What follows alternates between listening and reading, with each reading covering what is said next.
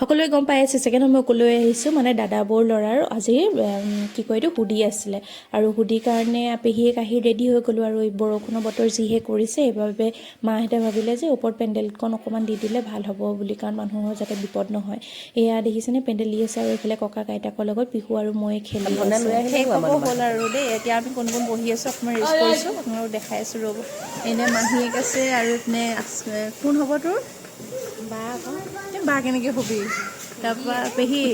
এয়া মাক হয় তাৰপৰা এইফালে মাহীয়েক এইফালে কি আইতাক কি পাতিলি আজি কৈ দে আজি কি পাতিলোঁ সুধি পাতিলোঁ আকৌ চালে চাই আকৌ আজি সুধি পাতিলোঁ ভাগৰ লাগিছে নাই ভাগৰ লাগিছে ৰাতিপুৱা 4টা বজাৰ পৰা এতিয়ালৈকে কাম কৰি আছোঁ ভকতক খোৱালোঁ কাৰিকৰে বনোৱা ৰিচিপশ্যন কৰি আছোঁ ভাগৰ লাগি গ'ল সেইকাৰণে অলপ বহি লৈছোঁ আৰু ইজন সিজন আলহী আহি আছে তহঁতি আছে হ'ব ৰৈ থাকোঁ ৰৈ থাক মই গোটেই ভিডিঅ'টো দি আছোঁ আপোনালোকে চাব সকলোৰে যিহেতু নিয়মবোৰ বেলেগ বেলেগ আমাৰ বহোৱা টাইমত মানে ভকতসকলক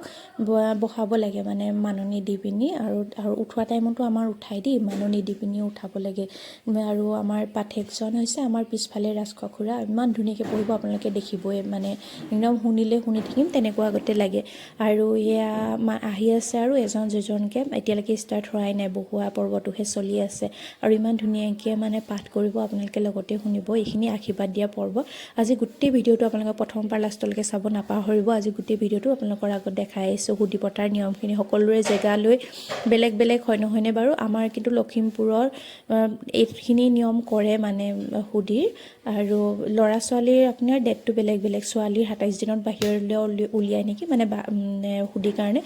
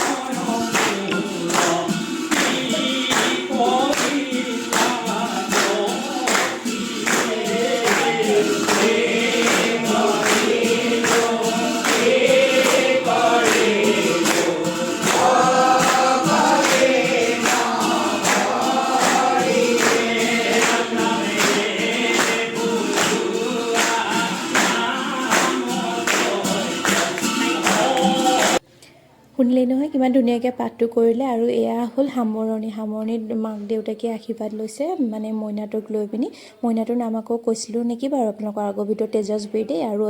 মই ধুনীয়াকৈ নাম গাই শুনি আছে আৰু এইটো পৰ্ব শেষ হোৱাৰ পিছতে আমাৰ প্ৰসাদ বিলোৱা পৰ্বটো হয় যে এয়া ধুনীয়াকৈ মানে এজন বিশেষ মানুহ থাকে যোনজনে প্ৰসাদটো বিলায় মানে আৰু প্ৰসাদ বিলোৱা পৰ্ব শেষ হ'ল এয়া মই চৰ্টকৈ কৰিছোঁ যে এয়া ভাতৰ পৰ্বটো আহিলে তেওঁলোকে মানে ভাতটো ভকতৰ কাৰণে এক্সট্ৰাকৈ বনোৱা হয় যে ভকতৰ কাৰণে দিয়া হ'ল আৰু এইখিনি ছাইডে এটা ছেপাৰেট ছাইড আছিলে যে গেটৰ ওচৰত এইখিনি আপোনাৰ পৰিয়াল ওচৰ চুবুৰীয়া আৰু ভাড়াঘৰৰ মানে মানুহখিনিক লগতে দিয়া হ'ল টোটেল আমাৰ ভাড়াঘৰত 20জনমান আছেই চাগে আৰু গোটেইসকলক মাতিবই লাগিব যিহেতু ঘৰৰে মেম্বাৰ নহয় জানো একেখন ঘৰতে আছোঁ যেতিয়া কেনেকুৱা লাগিলে বাৰু ক'বচোন ভাল